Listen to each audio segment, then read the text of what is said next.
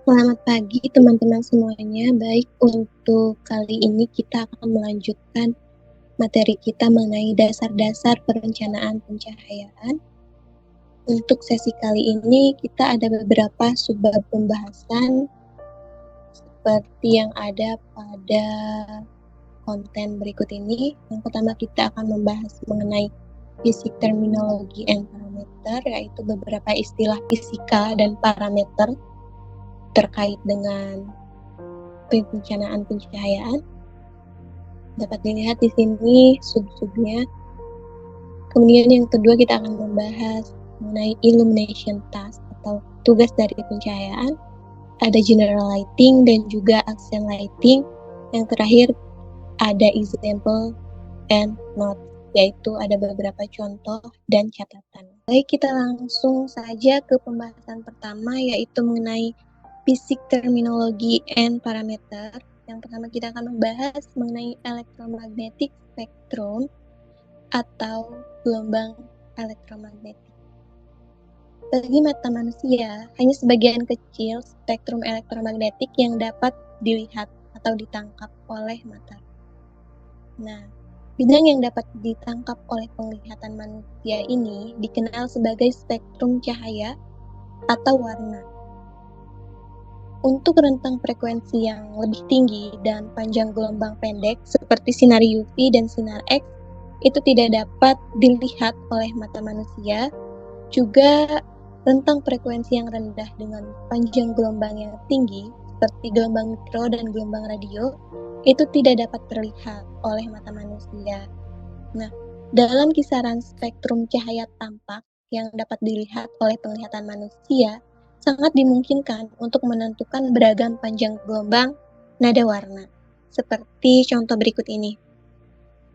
Misalkan, warna merah itu berada pada kisaran panjang gelombang 710 sampai 630 nanometer.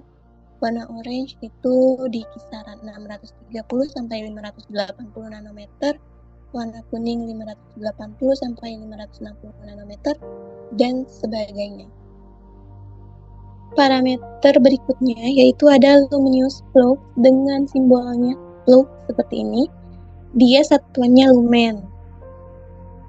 Luminous flux ini menunjukkan seberapa banyak cahaya yang dipancarkan oleh sebuah sumber cahaya. Biasanya untuk menetapkan kuantitas ini, kita bisa menggunakan penglihatan kita sebagai organ yang bisa mengevaluasi seberapa terang sih cahaya yang dikeluarkan oleh sumber cahaya. Kemudian biasanya manufaktur atau pabrikan menggambarkan tingkat luminous flux untuk menghitung pencahayaan berdasarkan produk-produk yang mereka buat. Artinya, mereka menyediakan informasi mengenai berapa banyak lumen yang dihasilkan oleh lampu atau sumber cahaya tertentu.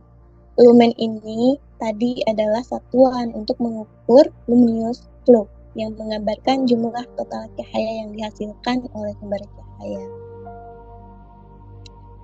Luminous flux ini memberikan pengukuran langsung tentang seberapa banyak cahaya yang dikeluarkan oleh sumber cahaya. Ini penting diketahui seberapa terang atau intensitas pencahayaan yang dapat diharapkan dari lampu atau pencahayaan tersebut. Kemudian juga informasi luminous flux ini bisa digunakan untuk menghitung kebutuhan pencahayaan dalam berbagai aplikasi, seperti pencahayaan di dalam ruangan, pencahayaan di industri, atau pencahayaan untuk outdoor. Dengan kita mengetahui jumlah lumennya berapa, kita dapat menentukan berapa banyak lampu yang diperlukan untuk mencapai tingkat pencahayaan yang kita inginkan. Dengan kita mengetahui nilai luminous flux yang jelas ini, kita juga dapat membandingkan produk pencahayaan dari berbagai merek atau jenis. Ini dapat membantu dalam membuat keputusan yang informasional dan praktis saat memilih sumber cahaya yang sesuai dengan kebutuhan spesifik. Oke, kita lanjut. Selanjutnya ada luminous efikasi. Dia simbolnya seperti ini atau pi ya. Kemudian satuannya dia lumen per watt. Luminous efikasi ini adalah sebuah parameter dari efisiensi suatu sumber cahaya, menyatakan seberapa banyak cahaya yang dihasilkan dibandingkan dengan konsumsi energi yang digunakannya. Konsep ini penting untuk membantu dalam mengevaluasi seberapa efisien suatu sumber cahaya dalam mengubah energi listrik menjadi energi cahaya yang dapat kita lihat. Untuk keseimbangan energi atau balancing energi dan untuk evaluasi jangka panjang atau investasi, perhitungan efikasi ini sangatlah penting. Karena efikasi ini memberikan gambaran tentang seberapa baik suatu sumber cahaya dapat menghasilkan cahaya yang diperlukan dengan menggunakan energi yang minimum. Dalam konteks ini, semakin tinggi nilai efikasi suatu sumber cahaya, maka semakin efisien sumber cahaya tersebut dalam mengkonversi energi listrik menjadi energi cahaya yang bisa kita lihat. Efikasi ini juga digunakan untuk menghitung energi yang diperlukan untuk mencapai nilai lux cahaya yang diinginkan. Dengan mengetahui nilai efikasi dari suatu sumber cahaya, kita dapat menentukan berapa banyak energi listrik yang diperlukan untuk mencapai tingkat pencahayaan yang kita inginkan.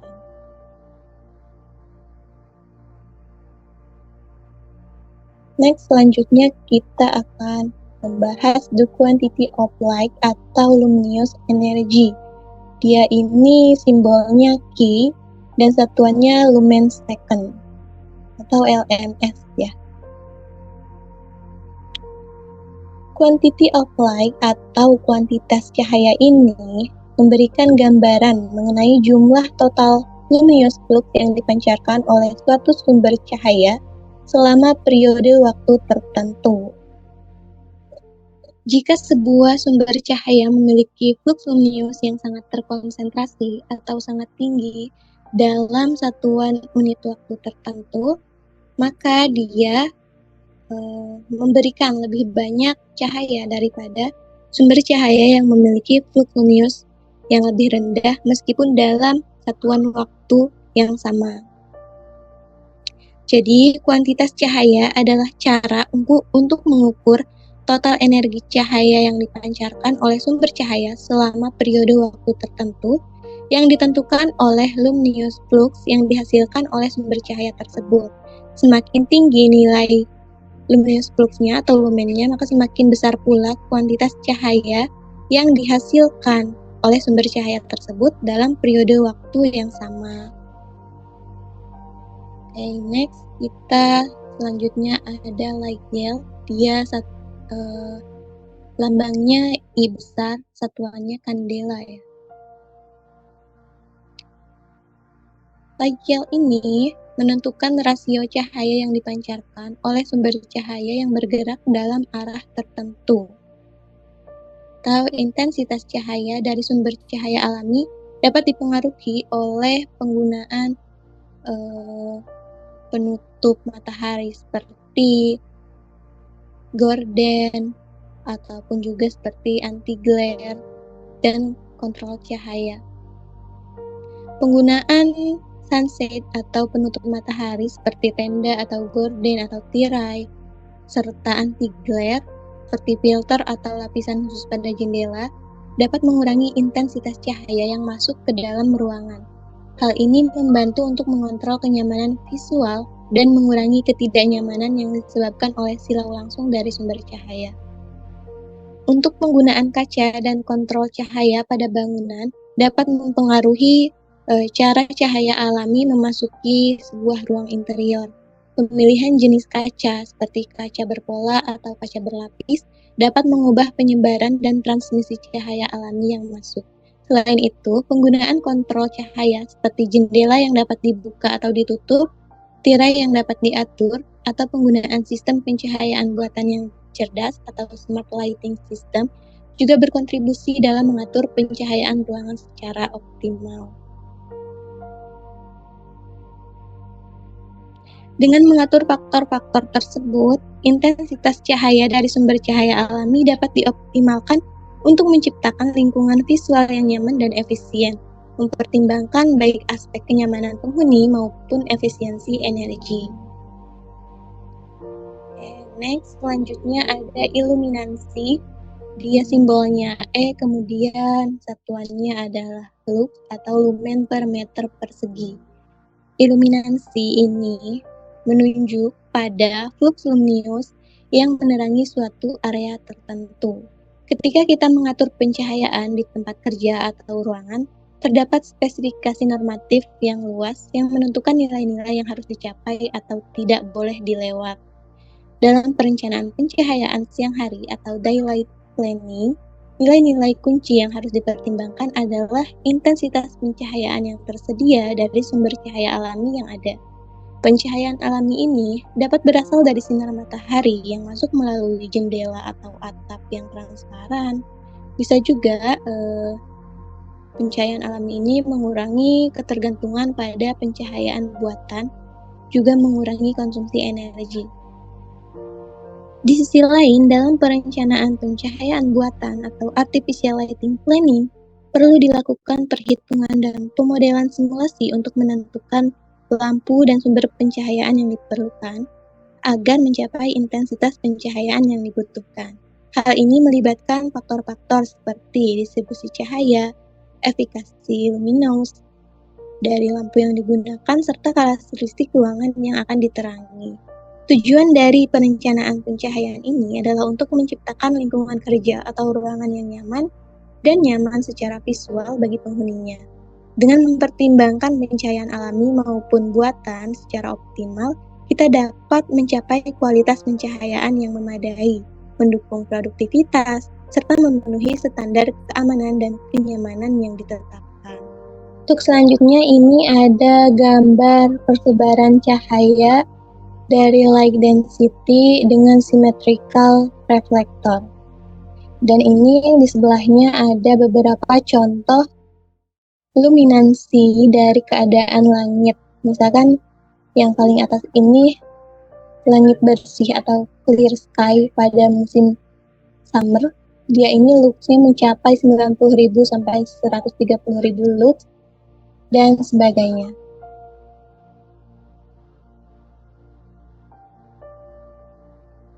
Oke, selanjutnya kita akan membahas daylight factor. Dia ini simbolnya D dan satuannya adalah persen.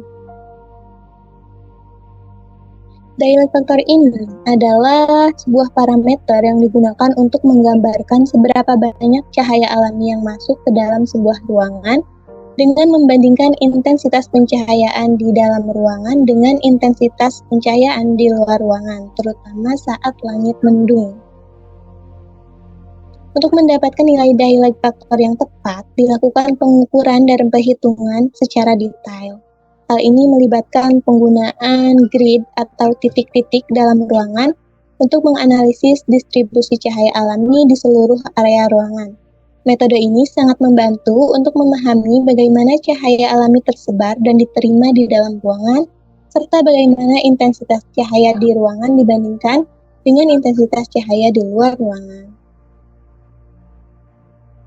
Untuk langkah-langkah dari daylight factor analysis ini meliputi yang pertama, melakukan pengukuran intensitas cahaya di dalam ruangan pada titik-titik tertentu atau sebuah grid, serta intensitas cahaya luar ruangan, biasanya di luar jendela atau di atap terbuka ya.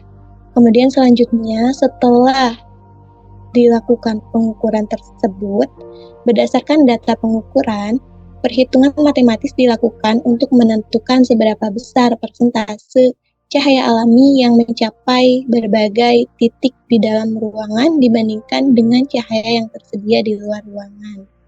Nah, untuk rumus matematisnya sebagai berikut ini, D sama dengan E interior per E eksterior dikali 100, di mana D itu adalah daylight factor dengan satuan persen, dan E interior itu adalah lighting intensity interior dengan satuan lux, E eksterior adalah lighting intensity dengan eksterior dengan satuan lux. Setelah dilakukan perhitungan tersebut, maka langkah selanjutnya adalah melakukan analisis terhadap distribusi cahaya dengan menggunakan grid atau titik-titik yang ditempatkan dalam ruangan. Analisis ini dilakukan untuk memahami bagaimana distribusi cahaya alami di seluruh ruangan. Ini dapat membantu dalam menentukan area-area yang mungkin membutuhkan penambahan atau penyesuaian pencahayaan. Daylight factor ini sangat penting dalam desain bangunan untuk mengoptimalkan penggunaan cahaya alami. Tidak hanya mengurangi konsumsi energi untuk pencahayaan buatan, tetapi juga meningkatkan kualitas lingkungan di dalam ruangan indoor. Dengan memahami daylight factor, arsitek dan perancang interior dapat merancang ruang yang lebih nyaman, produktif, dan berkelanjutan dari segi energi. Next, untuk parameter selanjutnya ada light density. Dia lambangnya L besar dengan satuannya kandela per meter persegi. Padatan cahaya ini sebagai parameter dalam fisika yang menggambarkan kecerahan yang dirasakan oleh manusia. Ini berkaitan dengan jumlah energi cahaya yang diterima per satuan area atau volume. Kepadatan cahaya juga sangat bergantung pada arah sumber cahaya. Artinya, bagaimana cahaya dipancarkan dan diarahkan akan mempengaruhi seberapa terang atau berapa besar intensitas cahaya yang kita rasakan. Luminansi adalah ukuran kecerahan cahaya sebagaimana yang dirasakan oleh mata manusia. Berbeda dengan sebagian besar parameter lainnya yang mungkin bergantung pada penerima radiasi cahaya, luminansi ini bergantung pada sumber cahaya itu sendiri. Berarti kecerahan yang kita rasakan tidak hanya dipengaruhi oleh intensitas cahaya yang diterima, tetapi juga dipengaruhi oleh karakteristik sumber cahaya yang memancarkannya. Mata memiliki sensitivitas yang berbeda terhadap kegelapan dan silau. Sensitivitas ini dapat bervariasi tergantung pada kondisi mata seseorang dan penyesuaian mereka terhadap cahaya seiring waktu. Mata juga dapat beradaptasi dengan situasi pencahayaan yang berbeda dalam jangka waktu tertentu. Selain itu, panjang gelombang cahaya yang menentukan warna yang dirasakan dapat mempengaruhi bagaimana kita merasakan kepadatan cahaya. Kepadatan cahaya yang serupa dari warna yang berbeda dapat memicu perasaan atau sensasi yang berbeda pula. Secara garis besar, densitas cahaya ini menyoroti mengenai persepsi visual manusia tentang cahaya yang dipengaruhi oleh arah cahaya, kepekaan mata, adaptasi visual, dan pengaruh warna pada pengalaman emosional serta persepsi cahaya. Untuk parameter selanjutnya ada color temperature atau suhu warna dengan satuan Kelvin. Suhu warna menggambarkan kesan warna yang dihasilkan oleh sebuah sumber cahaya. Biasanya nilai yang lebih rendah akan menunjukkan dominasi warna merah dalam spektrum warna atau kuning-kuningan, yang secara subjektif dapat kita rasakan sebagai nuansa atau suasana hangat. Dalam desain pencahayaan, suhu warna sangat penting dalam menentukan sumber cahaya buatan, karena tujuan umumnya adalah untuk mensimulasikan cahaya alami.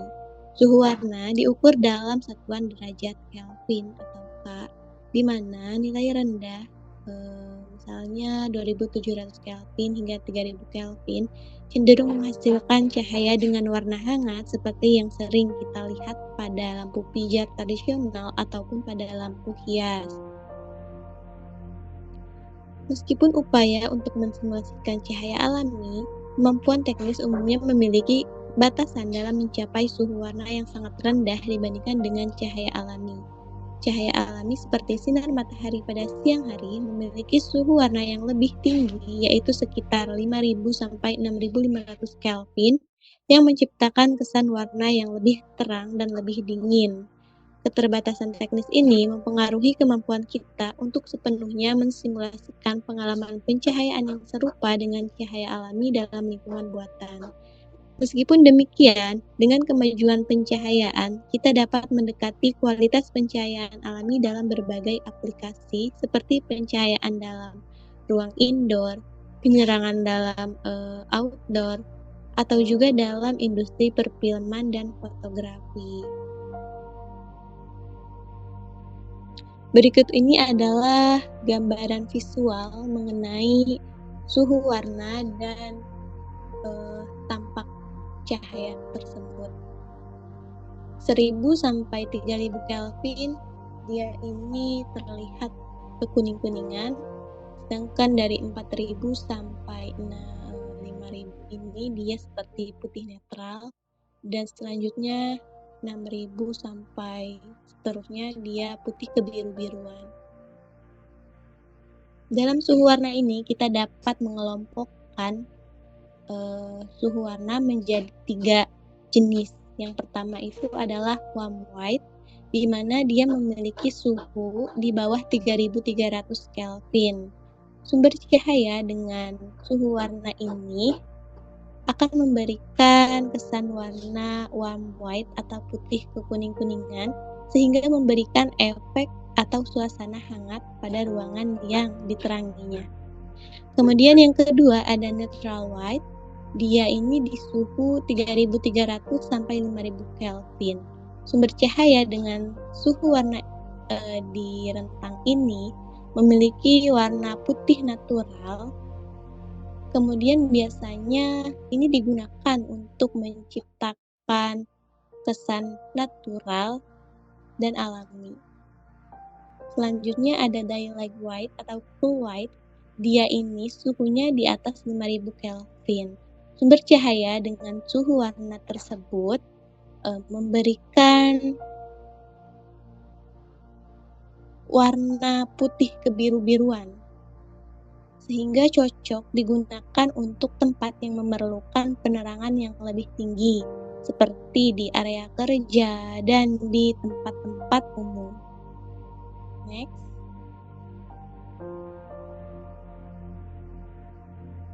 Selanjutnya ini ada beberapa contoh dari suhu warna sumber cahaya buatannya atau lampu, seperti lampu candle atau lampu lilin. Dia memiliki suhu warna di 1.500 Kelvin.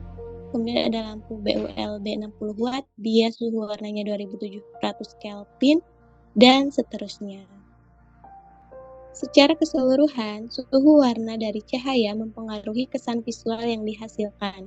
Dengan nilai yang lebih rendah, cenderung akan memberikan kesan yang lebih hangat.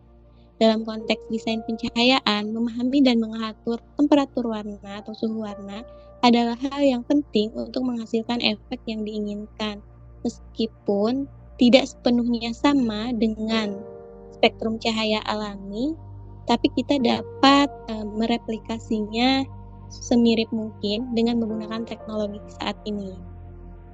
Next, parameter selanjutnya adalah Color Rendering Index atau RA atau juga disebut sebagai CRI.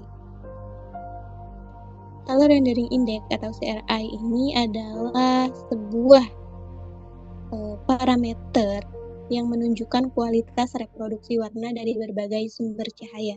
Indeks ini dapat menggambarkan seberapa baik cahaya mampu mempengaruhi warna yang terlihat pada objek dan manusia.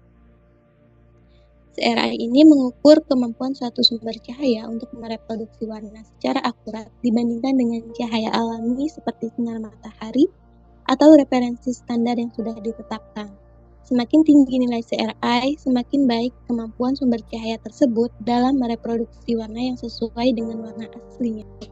Nilai maksimum untuk CRI adalah 100, yang menunjukkan bahwa sumber cahaya tersebut mampu mereproduksi warna dengan sangat baik, hampir serupa dengan cahaya alami.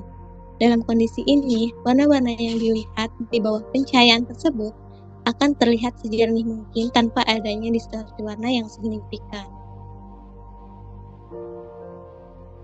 Kualitas reproduksi warna yang baik dalam berbagai aplikasi seperti pencahayaan indoor, penerangan toko atau museum, serta dalam industri fotografi dan perfilman.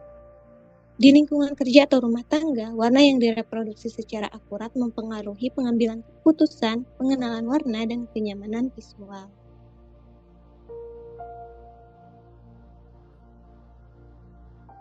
Berikut ini adalah beberapa contoh visualisasi dari berbagai nilai CRI yang menunjukkan bahwa semakin tinggi nilai CRI-nya, maka visualisasi benda akan terlihat semakin jelas.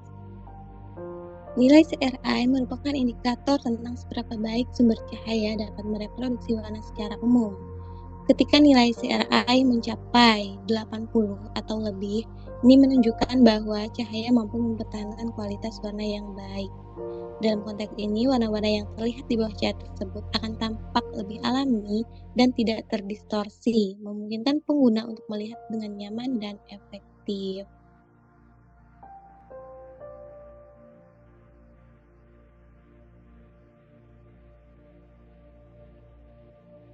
CRI menggunakan 8 warna standar untuk diuji atau dievaluasi seberapa baik suatu sumber cahaya mampu mereproduksi warna. Warna-warna ini dipilih untuk merepresentasikan spektrum warna yang beragam, termasuk warna kulit, warna alami dari sebuah material seperti kayu atau tekstil, dan warna umum lainnya. Nilai CRI memberikan gambaran umum tentang seberapa baik sumber cahaya mereproduksi warna uji tersebut secara akurat. Semakin tinggi nilai CRI, semakin baik kemampuan sumber cahaya dalam menjaga kualitas warna-warna ini. Evaluasi terhadap 8 warna uji ini memberikan informasi yang lebih spesifik daripada nilai CRI secara keseluruhan. Nilai CRI menggambarkan rata-rata dari indeks reproduksi warna untuk 8 warna uji ini, sehingga memberikan indikasi yang berguna bagi para desain pencahaya atau lighting design dan pengguna ruang untuk memahami seberapa baik warna-warna yang dilihat di bawah cahaya tersebut. Berikut ini adalah beberapa contoh CRI dari berbagai sumber cahaya buatan atau artificial lighting. Seperti lampu BULB, dia memiliki nilai CRI sampai dengan 100. Lampu LED, dia CRI-nya di antara 80 sampai 97 dan seterusnya. Secara keseluruhan, penggunaan nilai CRI ini memberikan gambaran yang jelas tentang kemampuan suatu sumber cahaya dalam mereproduksi warna secara akurat, khususnya terhadap 8 warna uji yang beragam tadi. Hal ini membantu dalam memilih sumber cahaya yang tepat untuk mencapai kualitas pencahayaan yang diinginkan dalam berbagai aplikasi.